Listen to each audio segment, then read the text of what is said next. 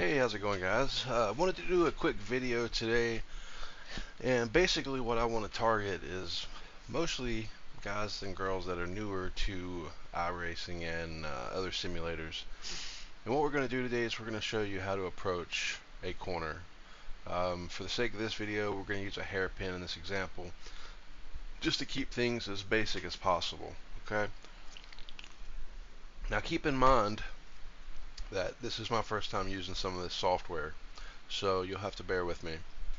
All I ask in return is if this helped you, just quick like and subscribe can go a long way. So without further ado, let's get into it. So a lot of times when people approach a corner like this, what they'll do is something like this. Okay, now that can work, okay, and you can get a long ways like this. And when they do this, what they think of is this as being the apex to the corner. Okay, so what we're gonna do, and so when they do that, actually, furthermore, when they do that, so they'll come in here. So for the sake of this, we're gonna extend these lines like this.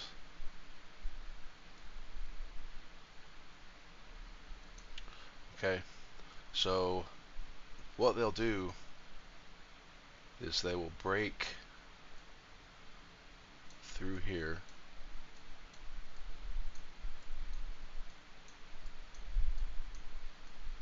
and then they will get on the throttle coming out of it. So these aren't going to be perfect, so just bear with me. So they'll do it like that, and you can go a long way like that. You can run, if you can do it consistently, you'll be fine, but you're also going to have a lot of oversteer, or you're going to have a lot of understeer in your car. So what I started doing, and what really helped me, maybe, if we can get it to work, there we go, okay. So what I started doing is approaching the corners more like this.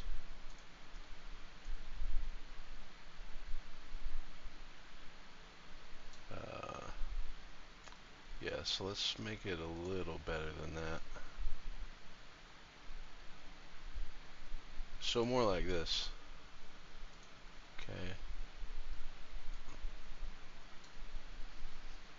So ignore the bottom half of the circle and just look at the lines coming in and then how we approach here. So if you see this, a lot of you would say, okay, you're doing a late apex, which means you're apexing right here. And that is one way of looking at it. But the way I look at it is like this. You break the corner up into multiple sections. So you've got a section here, a section here, section here, and a section here. So what you have is early entry, late entry, early exit, and late exit. And something else that's really important to understand is most of what happens here and here is a result of what you do here, here, and through here. Okay, mostly right in here.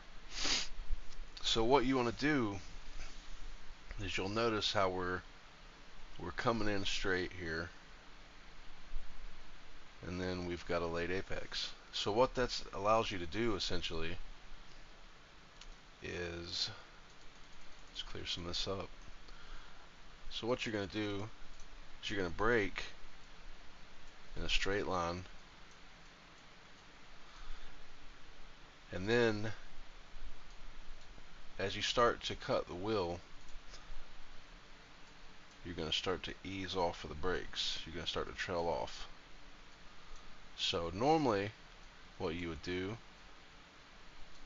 is you would trail off to there, and then you would start throttling through the rest of the way. But what really started to change the game for me is when I started braking, started trailing, maybe trailed just a little bit further. Before what you would consider the apex or the halfway point of the corner, is you actually start to get on power here. And one of the things that you have to do in order to accomplish this is you have to be very progressive on the steering wheel. And what I mean by that is, let's see, why are we not moving? So what I mean by that is you've got my wheel here, right? So let's say we're coming in, bam, we're hitting the brakes. I'm not going to turn the car as I do this because I have to go off screen to do it, so I'm just going to do it like this. So essentially you're braking, you're at your peak brake pressure, slowing the car down, and then as you start to ease off the brakes, you start to turn the wheel. And then right before you get on power, this is a very, very important part of this, right before you get on power, you're going to take that wheel just a little further. And a lot of people don't do that. They'll come in like this, they'll do the progressive steering part, and then they'll get on power and they'll start to open it up. But what you get by braking straight, trailing off the brakes, turning the wheel, and then turning the wheel more right before you get on power, is you're getting that extra little bit of grip that you wouldn't have otherwise. Okay, and that's going to allow you to get on the throttle before the midpoint of the corner, or what you would consider, most of the time to be the apex, which is right down the middle. So when you're braking, so we'll show you here, we'll put a box, okay? Say this is going to be a chart, right? So we're going to put a blue line right across, basically across the middle. This is going to be our steering angle. So basically this straight line means the wheel is completely straight. And when you come in and you brake, a lot of people do this right here. And then they get on the throttle like this. And you're losing a lot of speed this way. And what they'll do with the steering is they'll do something like this.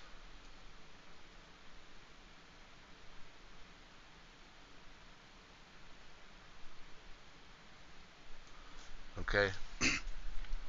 And you're really not getting the most out of the grip. You're not getting the most out of your car when you do this. And what you really want to look for is something more like this. So you've got your peak pressure, and then you start to trail off the brakes, and then get onto the throttle. And when this happens, okay, so here, we'll say this line right here is the maximum rotation point of the corner, which is, as we said, it's not the middle of the corner, it's actually a little before that. So that's that point right there. And what will happen with your steering a lot of times is you'll be like this, and then where you're heavy braking, what will happen is you'll be like this, and then where you're braking, you're having to counter steer, you're having to turn left even though you're going right. Okay, and then you'll do something like that. But what you really need to do with the wheel is something more like this. So you might still have a little bit of counter steer here.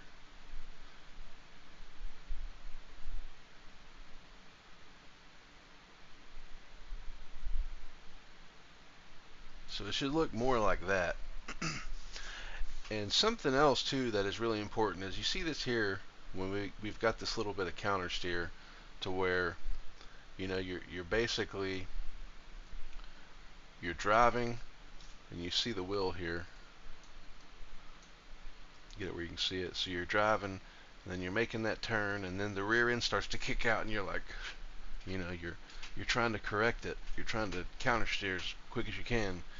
And what that essentially does, and why that's not always a good thing, is because you're coming in and you're following this certain line and then it counter steers, so you turn your wheel to the left, and what happens when you do that is you end up making a line that's kind of like this. So you're coming in, it's hard to draw this perfectly.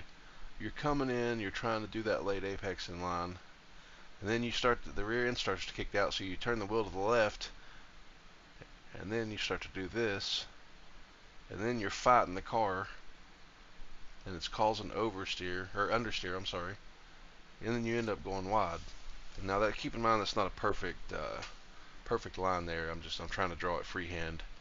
But what you can really do and what is really helpful is when you're braking, you can do something like this. So let's say this is the point that the oversteer starts to happen. That's the point when your rear end starts to kick around. So you're braking, trying to keep it in a straight line. Let's say you start trailing, and then the rear end kicks. So what you can do is drop them quicker, and then start to trail off again. And then you can also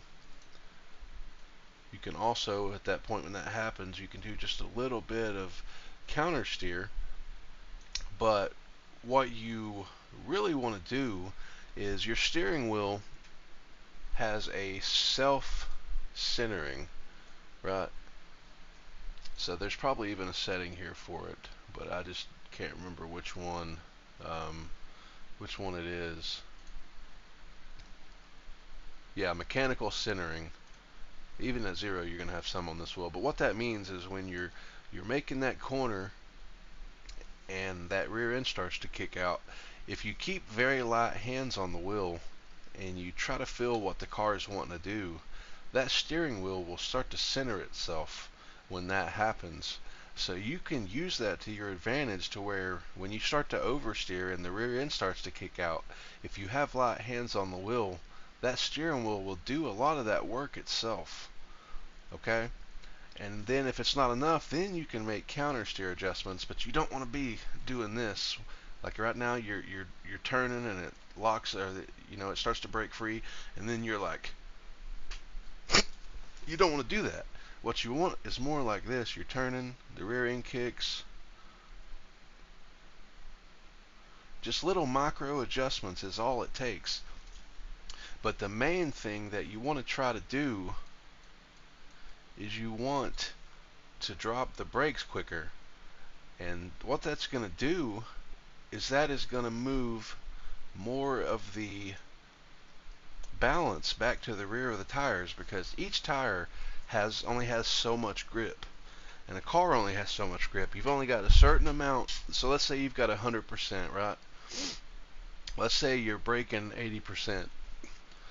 That means you've only got 20% of that grip left for turning. So if you're braking 50%, that means you've got 50% grip left for steering. So you have to be. That's why when you trail off the brakes like this, that's why as you trail off, that is exactly why as you trail off of the brakes, like, whoop, nope. Didn't mean to change images, but that's okay actually. Let's go back to what we were doing here. Sorry. This is still new to me. So what you'll end up doing is when you're braking and then you start to trail off, what you want is you want to start to turn the wheel progressively as you're braking, okay? And then as you get on throttle, and this isn't a perfect representation here because I'm doing all this by freehand, but as you start to get onto the throttle, then you'll start to work that wheel back towards the center. But by dropping it, like I said, that's going to help put some of that balance back into the rear of the car. And another thing that can put balance towards the front of the car to give you more grip is engine braking. So downshifting. There's a couple of different ways you can do it. Front wheel drive cars, when you downshift, it is putting more grip on the front. So if you downshift in your braking zone, it's putting more weight on the front tires and it's giving you more grip. But you can only get so much on the front before there's nothing left for the rear of the car, because the rear, so let's say you brake 100% and 100% of the balance is on the front wheels, you don't have enough for the back, so it's going to spin out. So it's a balancing act of getting that balance on the front tire, getting that weight shifted to the front, but also that's why you slowly trail off of the brakes, because when you slowly trail off, it eases some of that weight back to the rear as you start to make your rotation. So if you really want to go into the game and you want to see this stuff in action, now this is 100% brake and then 0. So if you really want to see it in action, what you can do is approach a corner and then start braking at like 90% and then drop the brakes. And immediately after you drop the brakes, get on the throttle. And what you will see when that happens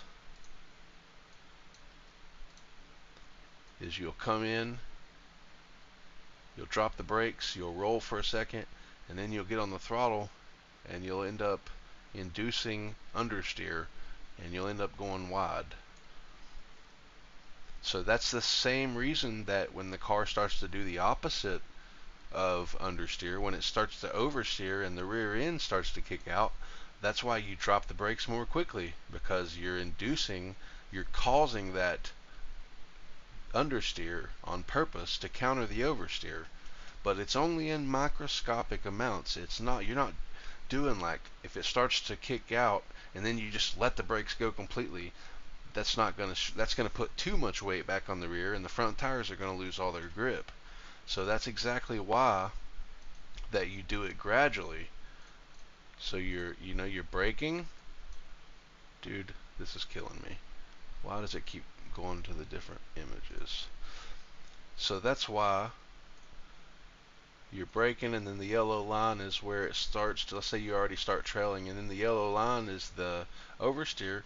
That's why you drop it a little quicker, and then you continue to trail it. And then let's say you get another moment of oversteer here, you'll do the same thing.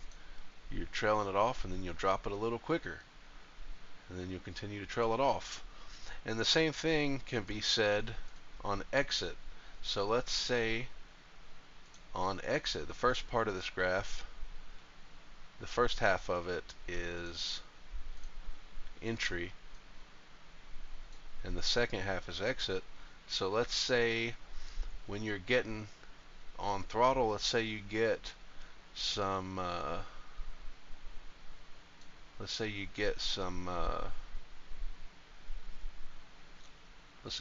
understeer there as you're getting on throttle. So you start to get on throttle, and then it starts to understeer.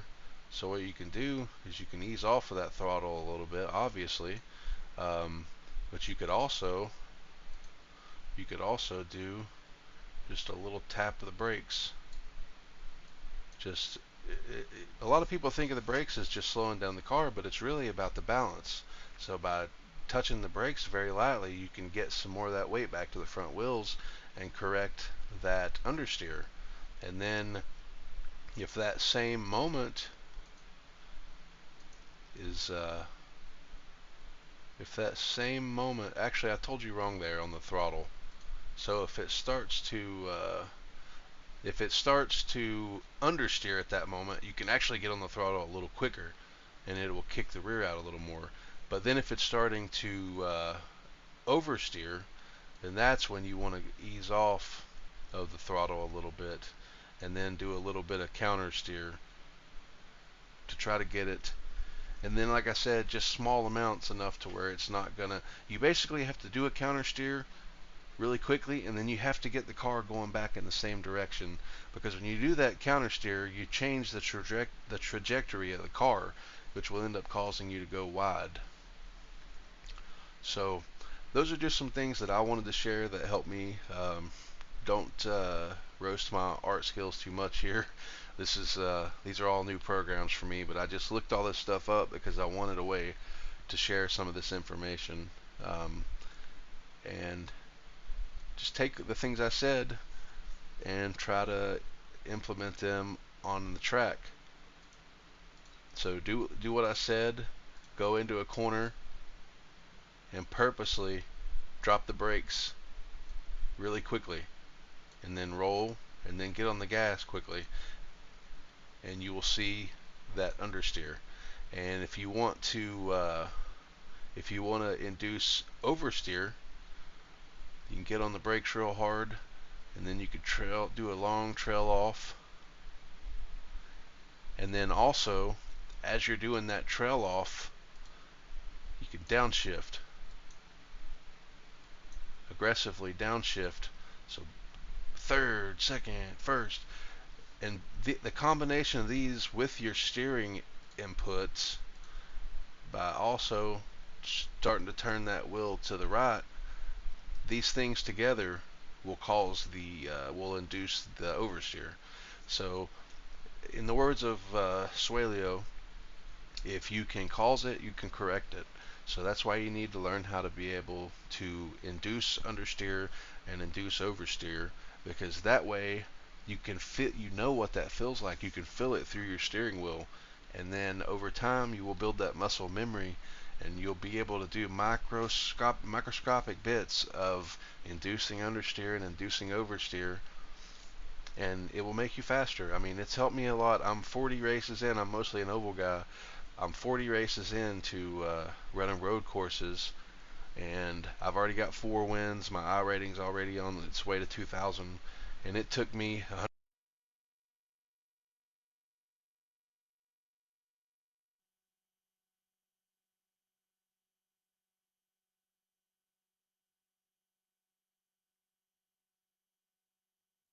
sorry, my headset died, but yeah, this stuff can definitely work. So I'm gonna cut it there.